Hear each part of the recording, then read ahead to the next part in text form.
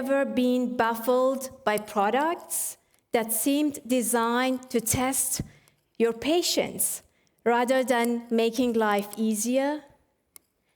Picture this. You're attending a conference, eagerly anticipating your first coffee of the day. You approach a modern, high-tech coffee machine, but only finding yourselves staring at it as if it's a cryptic puzzle. You have buttons, you have screens, you have blinking lights. Do you press, twist, or just give up? Perhaps it's a hotel shower. Sleek, shiny, so futuristic, it feels like you need a pilot license to operate it. You twist the control, wondering if you're expecting a refreshing stream of warm water or an unexpected Arctic waterfall. So think about your own experiences. Have you ever recalled similar moments? These moments are frustrating because we expect products to make our lives easier, not harder. And yet, they don't. So why does this happen? Why we, as the users, sometimes feel forgotten in the design process? The answer is so simple because it's about poor design. The creators of these products haven't thought about us, the ones who're supposed to use these products at the end.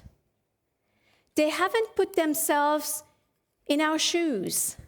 They haven't empathized with our needs, our expectations. So let me tell a story from my life, a story that taught me a lesson about design and problem solving. As my daughter was a baby, she was just starting to explore the world. One day, I put her favorite toy just 1 meter away from her, hoping to encourage her to crawl. I was waiting, ready to cheer her on, but she didn't crawl. She took a look at the toy and then at her play mat, started pulling the mat towards herself, just grabbed the toy. I remember myself saying loud,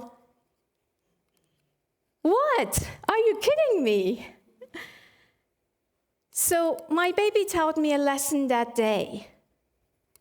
We are wired to solve our own problems in the simplest and most efficient way possible. Years later, she's now 11.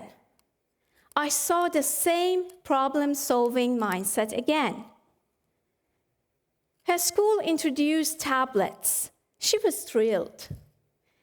But every morning, she would forget to put her tablet after charging into her backpack, asking me for reminders. My solutions were, putting sticky notes or to-do lists, but her solution was plugging the charging tablet directly into her bag the night before so that she wouldn't forget it the day after. Genius, isn't it? So reflecting on that, I learned when we want to solve problems for ourselves, we are deeply connected with the issue. We know exactly what we want and what's bothering us. But when designing and finding solutions for others, that's much harder. So think about it.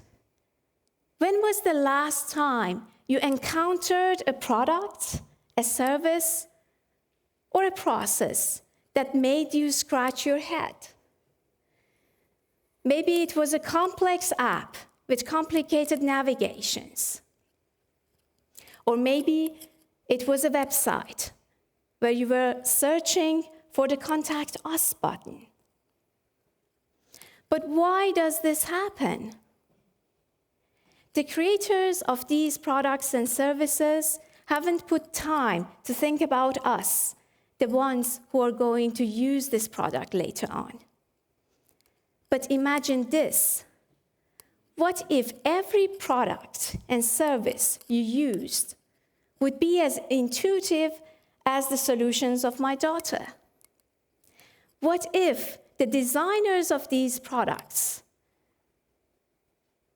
would probably even read your mind? Not literally, of course, but by understanding your frustrations, your goals, and your expectations. This is where design thinking comes in. So what is design thinking? It's a game-changing framework that is not only helping us to solve problems, but it transforms how we approach them. At its core, design thinking puts human first. Understand their responsibilities, their needs, their expectations, but also, even more importantly, their pain points. So why pain points? Because this is where the magic happens. When you find painkiller for the pain points, you're able to provide users with solutions that make their life easier, more efficient, or even more joyful. That's not the only part about design thinking. It's not only for designing artifacts, gadgets, or apps. You can use it everywhere. From organizing a memorable event or reimagining the future of your campus, even where you haven't encountered the problem yet, design thinking can be the ultimate tool to think outside the box. In my own research, I experienced how empathy transforms design. As we started to develop the cancer counseling app, an app for psycho-oncologists and cancer patients, we invited both groups in our workshops. We encouraged them, sharing their perspectives, their needs, their frustrations, but also hopes.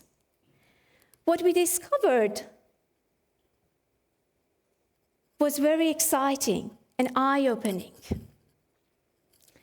So as designers and developers, we are extremely excited about the tremendous possibilities of technology. We love to add fancy features. We think for ourselves, how about when the app can do this? How about adding this feature to the app? This is so innovative. But in our enthusiasm, sometimes we forget to ask this crucial question. Is this feature actually solving a user's problem? Let me tell you an example from the cancer counseling app. We thought of adding a new feature, a so-called mood diary, a place where cancer patients would reflect on their emotions on a daily basis and sharing with psycho-oncologists. At first, it sounded great, a possibility to record mental health. But as we dug deeper, we realized none of the groups would like to have this feature. The psycho-oncologists were very clear about it. We don't have time for this. They already conduct numerous therapy sessions, and they just didn't have the bandwidth to analyze further data coming from the mood diary. The patients, they shared similar sentiments.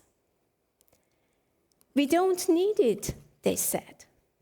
We are already having therapy sessions, and we can share our emotions face to face. We don't want to put even more time on the app. It's just another task in our day. This was a humbling reminder for us that the innovation doesn't start with adding fancy features, but it is when you solve real users' problems. So what did they want? Very simple. They wanted comprehensive and reliable information about their disease and the process, what to do next. They also wanted to have an easy way to set appointments. They enjoyed the mindfulness and intervention exercises, but that's it. Simple, but yet very impactful. In contrast to this example, let's take a look at another research project, Idealize, a digital platform for our campus community. The goal was simple, but very powerful, connecting people, professors, researchers, students, and faculty, fostering collaboration, and also giving them a digital platform to share their project portfolio. The challenge was different there. In a big campus, it's not easy to stay up to date. Who is working on what? Who are the experts in specific topics? Not only about the professors and researchers, but also about students. The students are working on incredible projects as part of their courses every semester. But at the end of the semester, the results are invisible to a broader community. So we needed to design for diverse groups of end users, each with unique goals.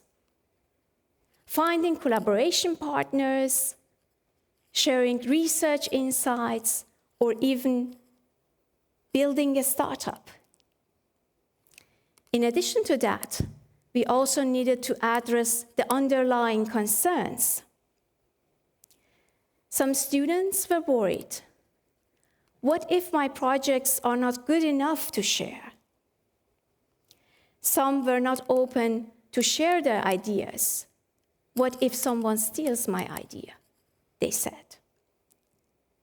Understanding these dynamics, we started to develop a platform in order to make connection and collaboration feel effortless and natural. We used technology to tackle these challenges. We used AI and generative AI to show them the relevant projects, also to bring the right people together. So, taking a look at these experiments and experiences during the research projects, I realized whether it's Idealize or Cancer Counseling app or any other private or professional project you might have, where you want to solve a problem for someone else, the principle is the same.